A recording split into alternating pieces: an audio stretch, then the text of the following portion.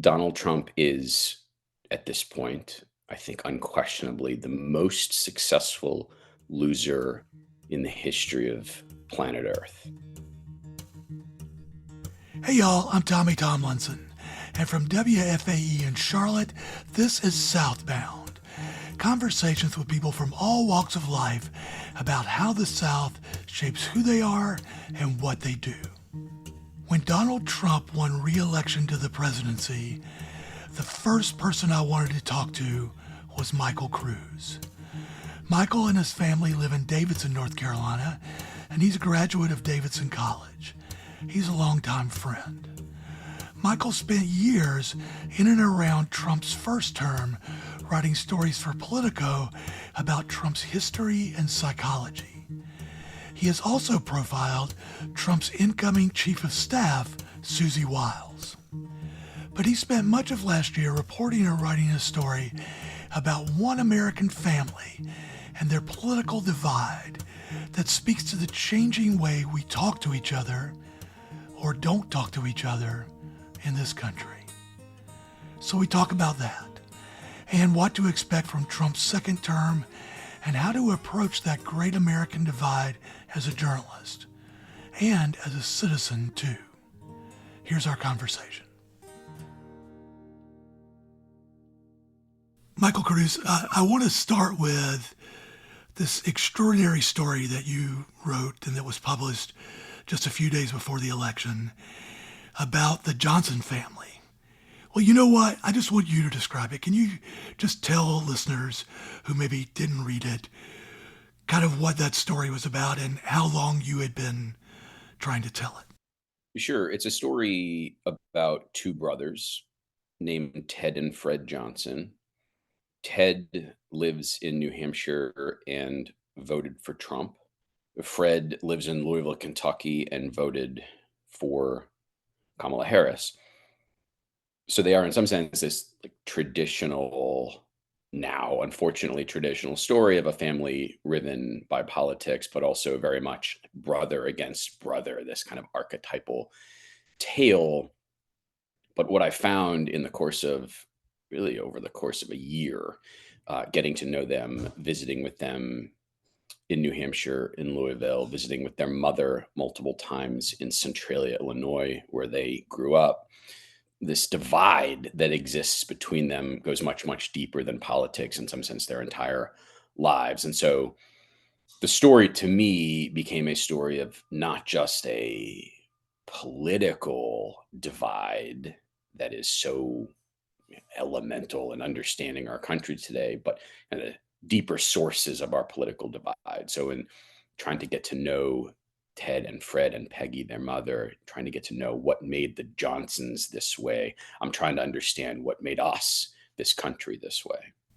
Ted and Fred, at the time you wrote the story, had not talked to each other for a long time. After the election, has that changed? They've not talked to each other. They continue, both of them, to talk to me.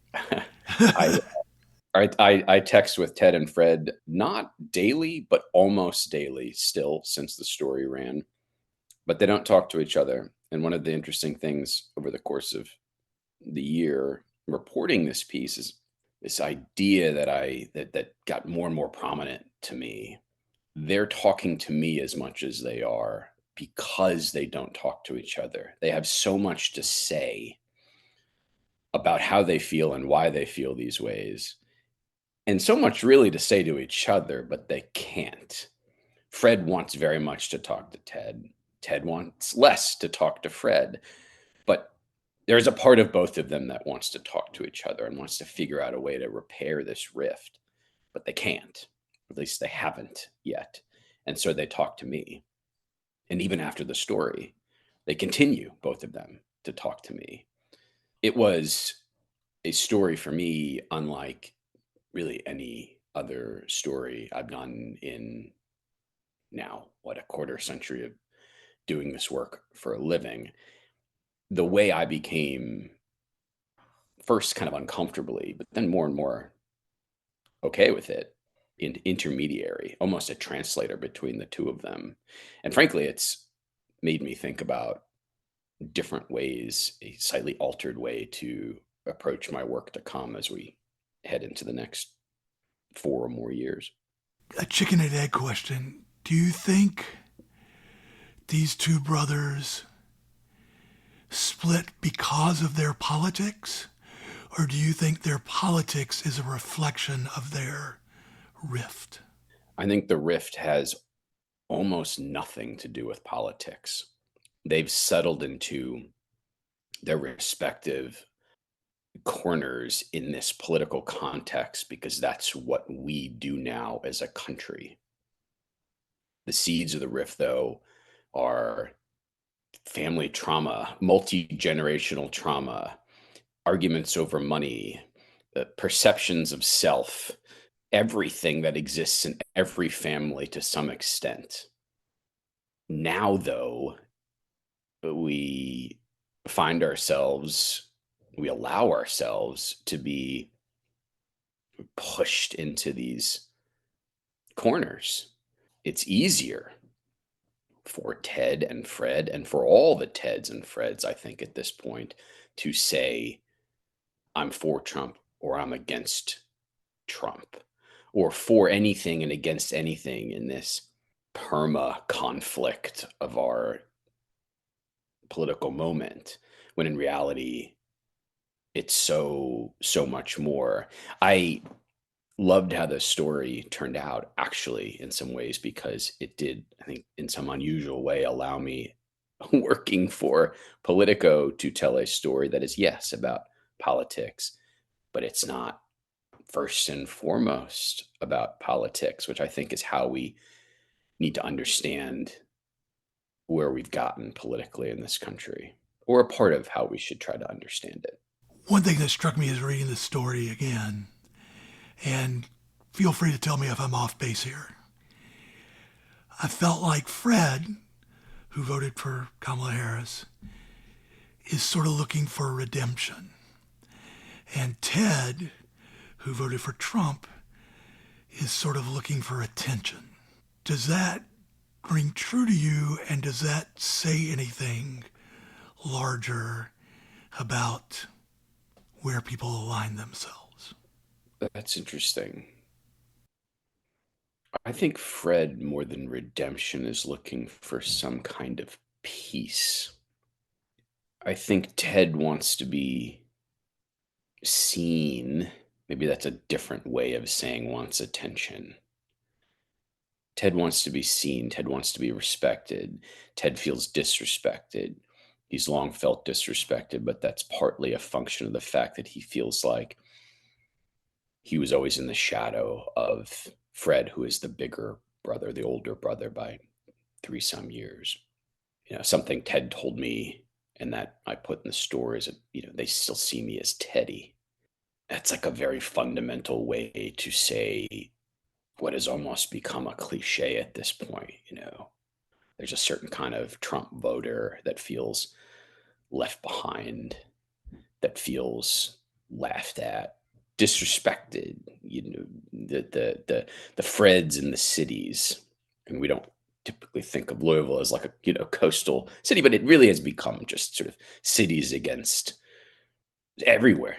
Whether the city is in Kentucky or Oklahoma or is San Francisco or New York, it's just a city, right? Like the cities are looking down at me. To me, that comes down to they still see me as Teddy. So I want to move on to Trump himself. You probably studied him for several years, as much or more as anybody. So I'm wondering if you recall a moment for him that sort of resonates with this particular moment, meaning he lost at some point and then he made a comeback. And I'm wondering if you can think of other moments in his life that those sort of things have happened and how he acted once he had gotten back on top, basically. Let me say something before I answer that question. It is my intention, my hope, that I do not write about Donald Trump himself in the coming 4 years anywhere close to the way I did the first 4 years he was president and the 2 years before that when he started running. I think for me, and I think for all of us in some sense, my colleagues in journalism and competitors in journalism, and also all of us as a country, as a citizenry, need to find a way to focus in some strange sense a little bit less on him. I find myself wanting to shift from who is he to who are we.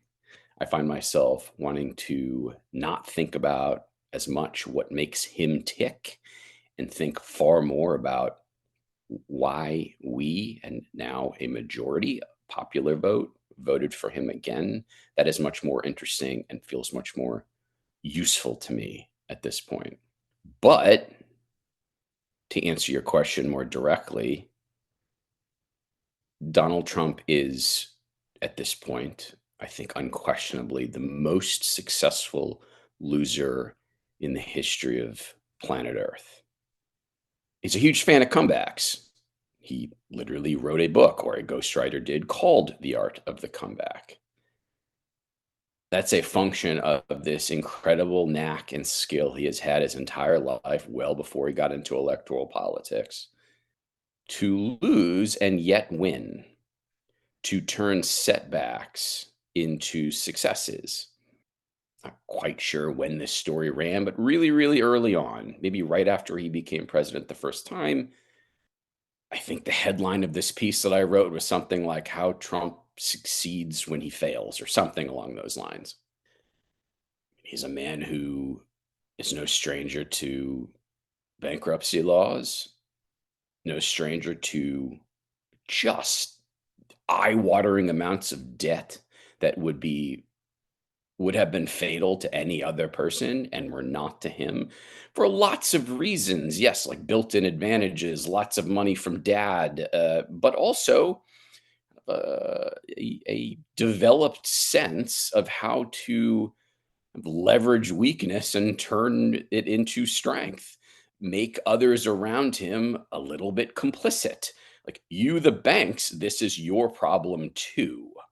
And fast forward, not to get stuck in the weeds, to his political rise. I mean, one of the things he's done, there's lots of ways to look at Trump and interpret Trump, of course, but one of the things he was able to do in his, essentially at this point, complete takeover of the Republican Party is make other Republicans in some sense complicit. I'm your problem now too. You need the new base I've created. You've said this about me, and now you can't say that about me. All versions of the same skill set, if that's the right way to put it.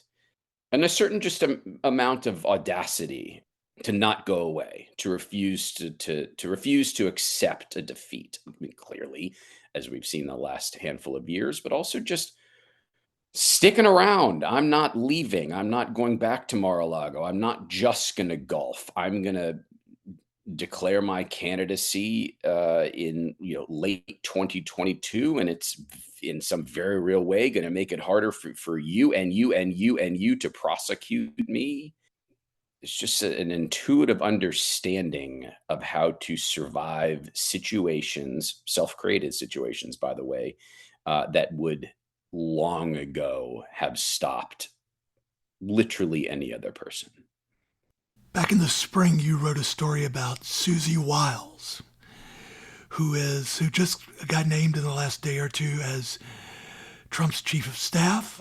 The story you wrote was almost still true now, that she's somebody that nobody knows much about, but holds an extremely powerful place in Trump world. She sounds like she kind of ran his campaign in many ways.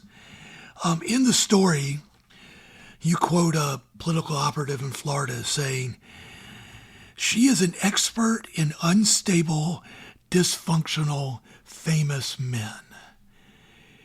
Is that something that should comfort America or terrify us? Both. Up to you. We'll see. I will say that is the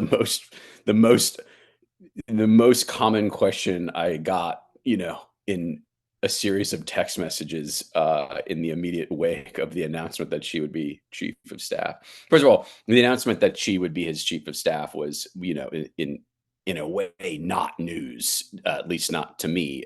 Only in the most technical sense was it news. I mean, that was hers to say no to, and of course, she did not say no to it. Max Stepanovich, who is the Republican operative, or at this point, former Republican operative, who said that to me in that story, said it because Susie's father was Pat Summerall, the famous sports announcer, before that, semi famous professional football player for, among other teams, the New York Giants. Also was an alcoholic, was a philanderer, was, by his own admission, at times and at very important times in Susie's life as a child and as a young adult, an absent father. So Susie had to figure out a way through the course of her life to manage that situation, make the best of difficult moments, how to navigate around that, how to maintain a relationship with her father, and ultimately how to guide her father or help guide her father to a better place. By the end of his life, he was sober, and they had, from what he said, he's dead now, but what he said before, what he wrote, and what certainly Susie said to me and has said to others for that matter, got to a place of reconciliation toward the end of his life. And so in that sense, I suppose there's something for those so inclined to find some solace. She's a calming presence. She's a savvy operator. I mean, she can turn a knife too. She's a political combatant. But I think on the whole, and this is not really for me to say, and again, TBD, but on the whole, it strikes me as a net positive, if that's the way to put it, that Susie will, for the time being, continue to play the role she has played in the Trump orbit since early 2021, which is to say, the most trusted, respected, and listened to advisor without question. In my estimation, for whatever that's worth, she's a smart and thoughtful person. Lots of people are free to disagree with decisions she's made and do. Lots of people can see her as an aider and abettor to a malevolent force and do. But she is also a smart and thoughtful person. That gets to, I guess, a larger question, which is what's our confidence level that there are guardrails, whether in the actual human version or in the structures of our government and society, to keep Trump from doing whatever it is on a given day he decides to do? So I've been thinking a lot about this over the last week plus.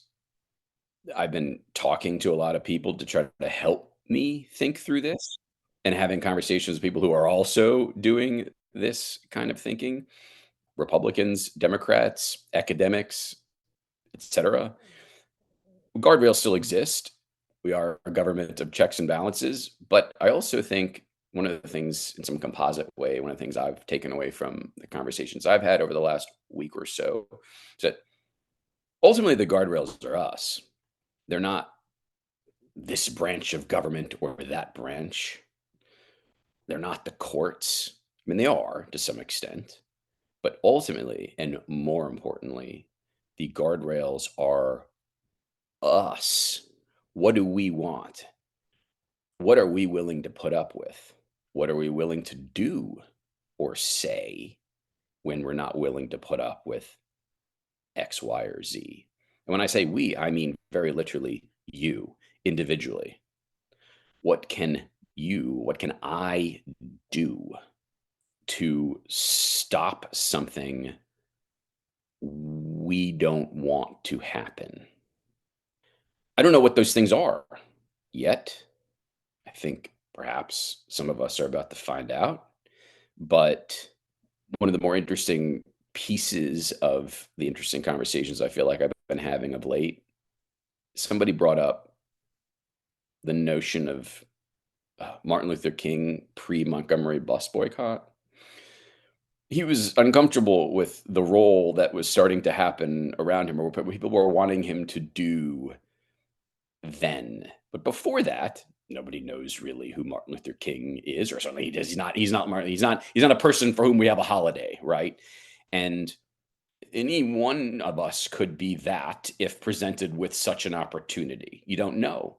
We don't know the names of the people we don't know because we don't know what they might be called to do or what they might be moved to do. Rosa Parks wasn't Rosa Parks until she got tired of moving on the bus. Correct. And what's interesting to me to think about is, because I guess I work at Politico, I've been conditioned to think in the form of elected officials or would-be elected officials or political professionals, politics adjacent professionals. And actually, maybe I need to sort of widen my field of view for what might be on the way.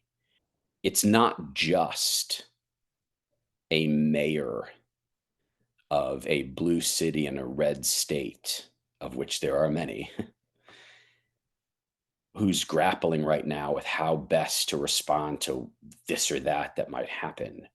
What can I do? If I do that, what will the consequence be? If I don't do that, what will the consequence be? I mean, there are mayors and elected officials certainly wrestling with this right now, with internally and externally, conversations with people like me, right? But also, that goes for everybody, right? There might be some things that a non-mayor can do that a mayor kind of can't. These are the kinds of things that I'm like very interested in watching. And how am I trying to answer that question for myself? Kind of gets back to Ted and Fred a little bit. I need to understand better, even more than I already have tried in the last decade.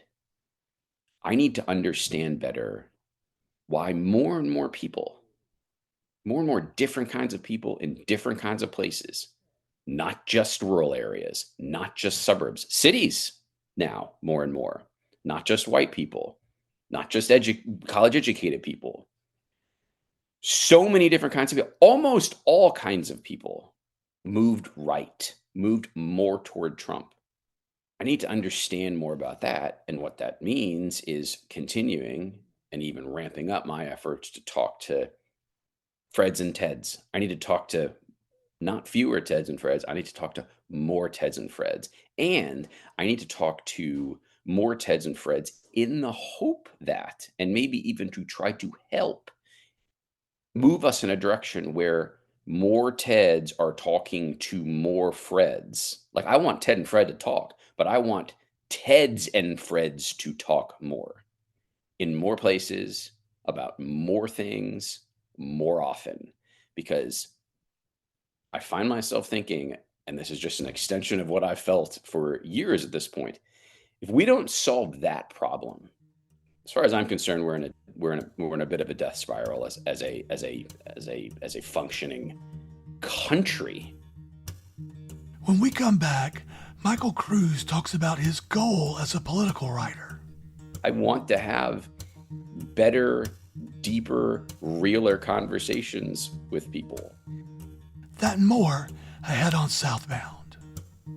Before we get back to this episode, I wanted to ask for a little help with something. If you enjoy Southbound, please give us a good rating and write us a review on Apple Podcasts or whatever podcast provider you have that allows such things. The more reviews and better ratings we get, the better chance there is that other listeners can find us. But to be honest, I'd just as soon you tell people about Southbound through good old word of mouth. If you could recommend it to just one person you know, somebody you might think would enjoy interesting conversations about the South, I'd be deeply grateful. If you have any thoughts about the show, guests to recommend, or anything that you think might make Southbound better, you can email me at ttomlinson@wfae.org. Thanks so much for giving us a little bit of your time. And now, back to my conversation with Michael Kruse. Obviously, you're really good at getting people to talk to you, but I do wonder, in these last 8 years or whatever, has that become harder? Politico, although it's it's a website, it's not old traditional media by any sense, but it does a lot of traditional media things. And I wonder whether with either professional politician types or just people on the street say to you these days, you don't matter anymore. So there's a difference between the media doesn't matter, Politico doesn't matter, and I don't matter, right? And I'm thinking here of something a former colleague of mine at the St. Petersburg Times in Florida, Lane DeGregory, used to say. She would say, the first time I call somebody or meet somebody, I'm Lane DeGregory from the St. Pete Times.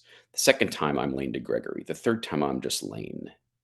And that's how I try to operate, just sort of organically. I don't think about that every time I meet somebody, and it's not even a first, second, or third time. It's within a conversation. I introduce myself as Michael Kruse from Politico. At some point in that conversation or in a relationship, if it leads to that, and as quickly as possible, I want to just be Michael. I don't want them to think about Politico, and not in some devious way. I want them to think they are having a conversation with another human being, because they are.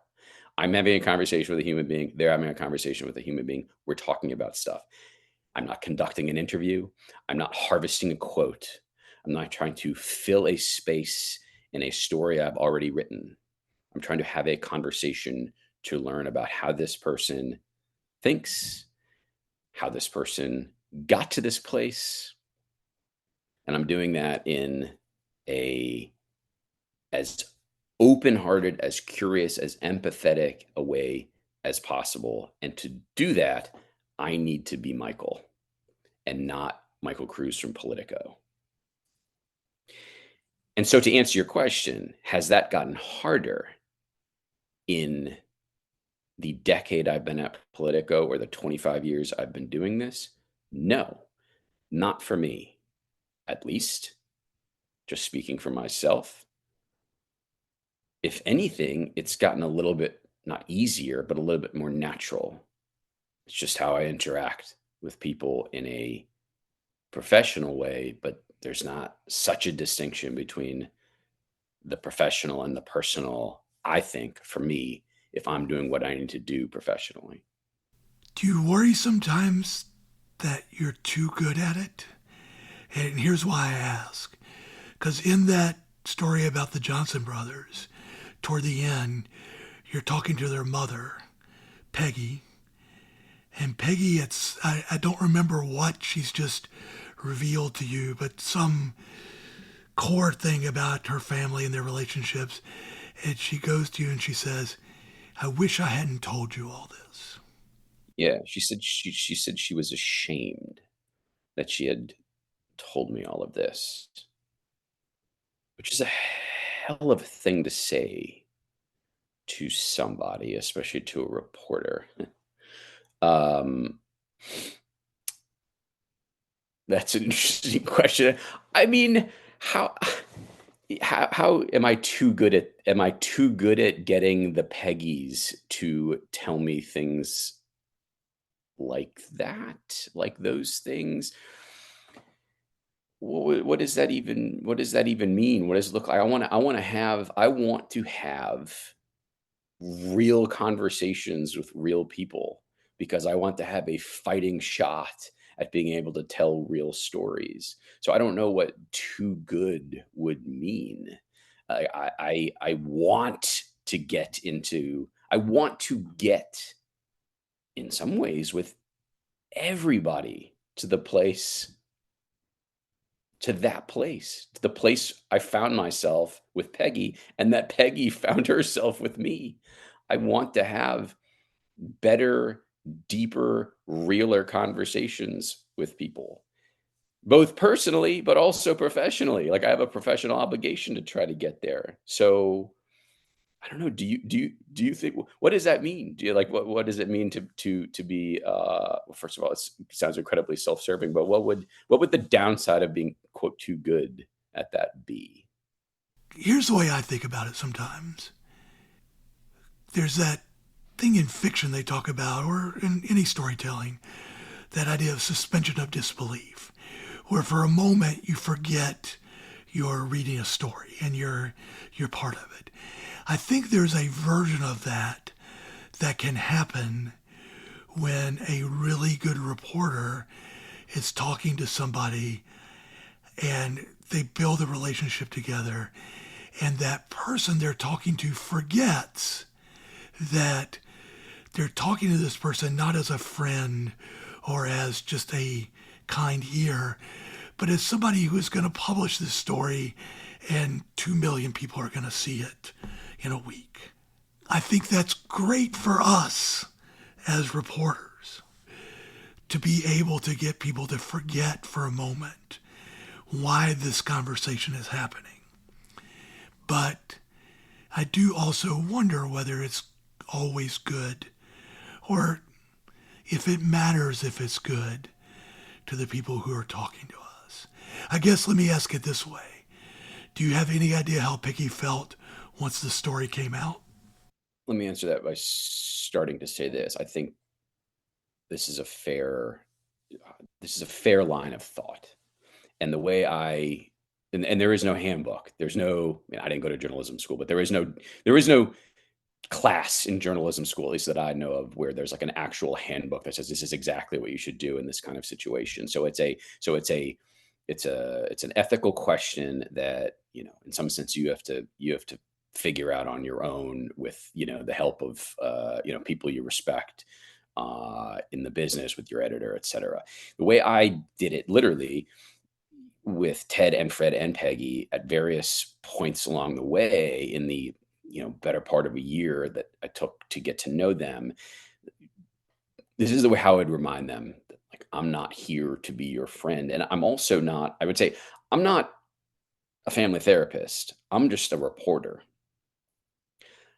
I'm not here to make you talk again. Uh, if that happens, so be it.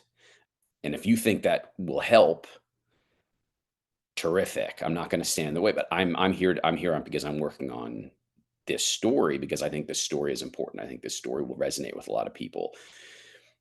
Things along those lines. And so I never yes, there are some moments where, to use your phrase, like there's a sort of suspension of disbelief where, there is a certain amount of forgetting that's going on. But in those situations, I'd always find a way to be like, offer a reminder that, like, here's who I am and here's what I'm doing. Now, the lines get a little fuzzier. I don't want to do that too much. I'm just like, hey, here's my notebook. The recorder's running. Stop having this interesting conversation with me. But I want to I want to insert into that conversation like a a restating of the terms of engagement, of the literal reason I am here with you right now, right? I haven't talked to Peggy. I understand that Peggy sort of took it in and, has read the story.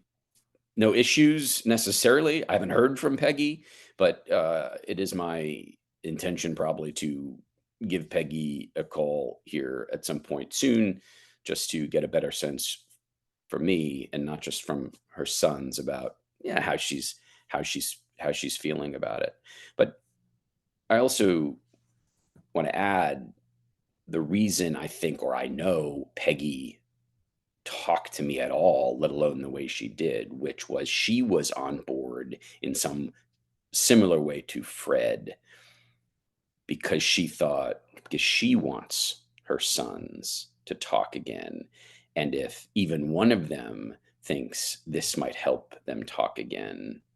And maybe Ted kind of subconsciously thinks maybe this process will help them talk again. Peggy was there for that because she too wants, as any mother would, I think, her sons to talk again. So, to whatever extent this story at some point might lead to that, I think she sees her participation in the story and the story itself, at the very least, slightly more positive than negative.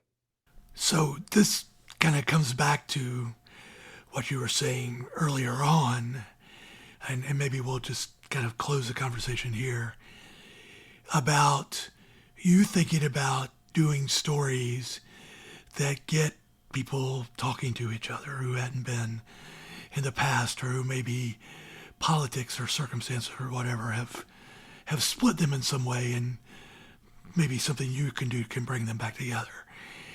That's also not kind of a traditional journalistic role. Where like, the idea for so many years is we stand back and watch it happen and sort of report on the car crash after it's happened instead of trying to keep the car crashes from happening in some way. So how do you see your role here? What do you see that you think you could be able to do? What kinds of stories, and not just you, but us, reporters, and maybe just people on the street who have neighbors who they don't know how to talk to for whatever reason. What are the ways from that stance of detachment to maybe getting your hands in there a little more? What can you do and still feel good about being a journalist, being a reporter, all those sorts of things? That's a long-winded question, and I'm sorry. It's a hard thing to articulate, and I'm still trying to gather my own thoughts. And the effort is not overt. I'm not going in there to a place where I'm reporting where I see a story in a way in which my number one goal is to make, this person on the political right talk more to this person on the political left. It's like slightly more subtle than that. I just want to think more consciously as I report, and therefore as I write, about stories that include characters or situations that, for some readers, open a space in which they can feel just a little bit more of a sense of understanding, less antipathy, or even at this point, contempt for somebody who is very different, who sits in a very different place on the political spectrum. And I almost want to uncouple it from even that context. I want to, again, it's hard to articulate, but to the extent that I can do this with a story, I want to create a little bit of space between a person in the pixels of Politico and what seems to be their orientation on the political spectrum. I want to uncouple that. This is just a person who exists, yes, in this political context, but exists and sits there because of all these other reasons. And if you sit and think with all those other reasons, a person who's very, very different politically, who votes completely differently, would at least find some commonality, some sharedness. Just add a few empathy points. And I know this sounds, I mean, in its worst version, it sounds kind of woo woo or self indulgent. But this is where I find my head at right now. This is what I need to. It doesn't have to exist in the text of a story, and I don't think it will. But consciously, I'm bringing, I think, that altered or slightly altered mindset to the work. in the hope that down the road, even in some small way for some small group of people or more, it alleviates this divide that exists. And maybe it's not possible. But if it's not possible, and if this divide is just going to continue to be this and continue to get worse, that's a wrap, everybody. The only question is when and how we literally split apart as a country. Don't you think somebody read that Ted and Fred story and called their brother and said, I don't want to be like this. Let's have a conversation.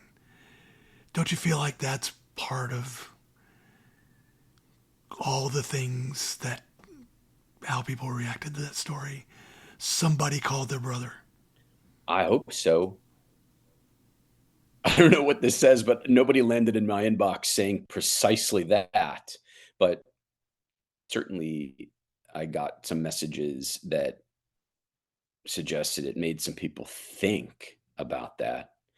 Think about, a brother or a cousin, or a sister or a parent that they no longer talk to because of, this set of reasons. And my goal was to write a compelling, true story, as it always is. But I also hope that, some byproduct of that story, and hopefully it will have a long tail because of this. Hopefully people will find their way to that story in whatever way. And it will continue to at least put that possibility into the air. How do we even talk to each other now? As Michael Kruse says, that's not just a job for journalists. It's a job for you and me as citizens of a country we still want to believe in. The gap between the left and right is the widest it's been in our lifetimes. But there is still common ground. It will just take work to find it and to hold on to it when we do. I'm saying these words the week before Thanksgiving, when there will be a lot of awkward moments around the dinner tables of America. It might be tempting to lash out, to vent your anger at a family member who votes on the other side. That's understandable. But chances are that person is also someone you care about, maybe even someone you love. There's a reason you felt that way about them too. So maybe start from there instead of starting from the conflict. It is likely to be a difficult time ahead, but it is still within us to make it less so. And as Michael Kruse says, if we keep not talking to each other, if we keep driving ourselves further apart, we're sunk. A big part of our job as Americans over these next 4 years and beyond is to keep talking and to stay afloat. Southbound is a production of WFAE in Charlotte. Our editors are Lisa Worf and Jen Lang. Our main theme music comes from Joshua Lee Turner. You can listen to this and other episodes of Southbound on Apple Podcasts, Spotify, the NPR app, or wherever else you listen to podcasts. Subscribe for free to get each new episode sent to you when it's ready. You can also find Southbound on our website. Just go to wfae.org/podcast/Southbound. See y'all next time. Thanks for listening.